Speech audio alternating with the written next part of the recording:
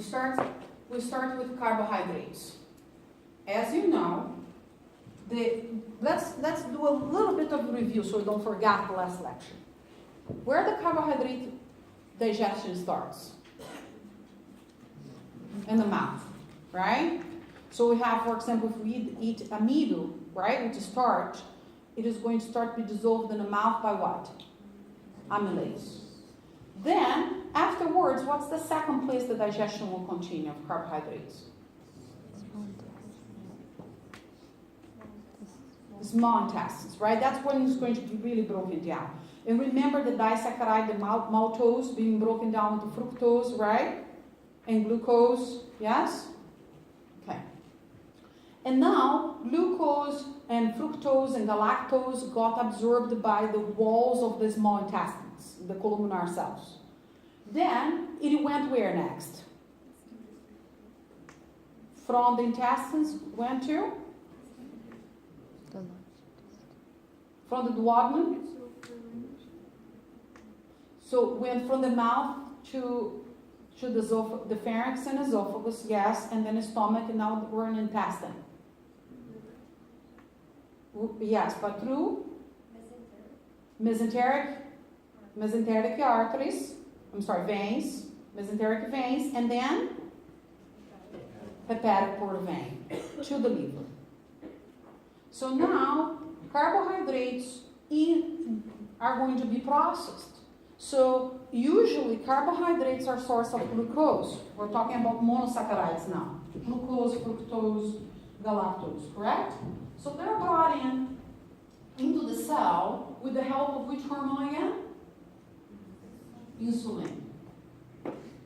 So insulin brings the glucose in, and then it goes into glycolysis, right? And will produce pyruvate in case oxygen is present, right? Because then it's worth for us to continue that. If oxygen is absent, it will go into fermentation and produce lactate. Then, if that's so, then we produce pyruvate, goes into intermediate step, take the spider webs out of your brain. And then in the intermediate steps, we transform pyruvate into what? Acetyl-CoA. We're going to produce, we have 2 pyruvates per molecule of glucose producing 2 molecules of CO2 and 2 NADH, right? And then from that, we're going to feed the Krebs cycle, right? So the Krebs cycle will receive those acetyl-CoAs and combine that with, not that you need to know for this task, but I want to make sure you don't forget the material that you just probably learned in Bio 10. Start with O. Yeah, oxaloacetate, thank you, and forms a citrate, and then goes into the Krebs cycle. And in the Krebs cycle, produce CO2. We also produce CO2 intermediate step. Yes? All right. So we produce CO2, then we will release all those energy carriers, all those 10 NADHs plus those FADH2s to oxidative phosphorylation. And oxidative phosphorylation and ETC in the electrotransport chain, we're going to produce ATP and we're going to produce water. If the mitochondria is working beautifully. If the mitochondria is old, we're going to produce some reactive oxidative species, right? Some ROS. Some OH minus. Correct? Okay. All right. So here we come to the meat of the chapter. So fats. So we talked about carbohydrates. Now we're going to talk about fats. Triglycerides on adipose tissue. So take into account that amino acids, monosaccharides, and fatty acids can be transformed into fatty acids. Remembering that, right? Because everything can be a source of fatty acids. Where does the fatty acids for adipose tissue comes from? Well, we have 3 major sources of triglycerides. We have glucose that enters the adipose tissue and it is transformed into alpha-glycerol by lipoprotein lipase, LP, and it is linked to a fatty acid. That's one way of putting together a fatty acid. We also have, because you do not only need you do not only need the fatty acid itself, you also need the glucose to form the triglyceride, to store in the adipose tissue. There's two components, right? Well, you need alpha glycerol, and you need the fatty acid. We know where the fatty acid comes from, now where the glucose comes from, to make the triglycerides. Second location, glucose that's transformed in the liver into VLDL, triglycerides, and absorbed by the adipose tissue. And third source, triglycerides consumed in diet. So that's where triglycerides come from. They can come ready from the diet, from animal fat. They can come from other sources of lipids. They can come from other sources of lipids, and they can be linked to alpha glycerol that comes from glucose, that can come from enters the adipose tissue cells, and it is transformed then in alpha glycerol, or glucose that is transformed into alpha glycerol in the liver on the formation of VLDL vesicles. Okay? All right. So what's up with this VLDL story, LDL and HDL? All right. So the cholesterol balance, because naturally, let's put it this way, media naturally, we've been used to call bad cholesterol and good cholesterol, right? We used to denote LDL as bad cholesterol, or even VLDL, even worse cholesterol, and then HDL as good cholesterol. But let's understand a little better what cholesterol really is. So, liver, GI tract, and other cells, they synthesize cholesterol. Remember, we need cholesterol in the plasma membrane of the cells to control fluidity. Number one. We also have a dietary source of cholesterol that comes in, right? And that will increase the plasma cholesterol. Some gets excreted, but some gets absorbed. Some also will get excreted because it comes in an excess from the liver through the body. And we also have various cells incorporation into the membrane, and we also have the formation of steroid hormones and vitamin D from cholesterol, right? Remember, all this testosterone, aldosterone, we have progesterone, estrogen, all are based on cholesterol. But notice that cholesterol is not going to be free-floating all the time. Cholesterol is going to be nicely packed into a protein vesicle. Let's see how. So, cholesterol and arteriosclerosis. There's been a misconception since 1975, and according to the little bit of research that I did on it, it was due to companies that produces margarine that wanted to take butter out of the market, so they put this news out of there saying that it would be better to you to consume margarine because it was low in cholesterol. This paper has been retracted since then, but it would not make news on CNN. So therefore, there's still this misconception about cholesterol and how cholesterol is connected to arteriosclerosis. So high plasma cholesterol has been traditionally used as the primary cause of arteriosclerosis because it indicates the level of VLDL in the bloodstream. But, and it's a big however, this doesn't mean that the person will develop arteriosclerosis because there's other factors that plays a role. Right. Does VLDL stand for very low? I'll go over that.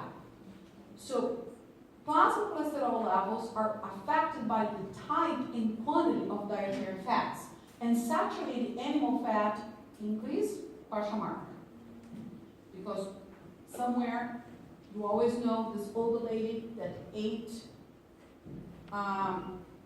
pig fat until the age of 95 and was just fine. Right? You hear those cases. And you hear cases of people that were vegetarian and exercised and doing very well and had high cholesterol. Genetics. And people say it's genetics, right? Well, now let's understand why that's genetics. And then polyunsaturated decrease of fats. All right. So this information, I took it from the paper from Nature, and I summarized for you, and the paper is on the next slide, the link. So if you want to go over the paper, the link's there, okay? But I didn't post the paper because I don't want you to go, I can post the paper if you want. I don't want you to read more to it than you need to. All right, so let's start from the beginning. And this information, some of this information I took from the lecture slides from the digestion lecture too. So you can make a link on. So remember that I told you to pay attention on the kilomicrons? What's kilomicrons again? They're the little globules of fat, right? Okay. So that were digested by the body, right? Were broken apart by the body. All right. So remember that those kilomicrons, they end up in the lacteals, which is the equivalent of capillaries on the lymphatic system. And then from the lacteals, it travels especially to the thoracic lymphatic duct, especially on your left side. Yes?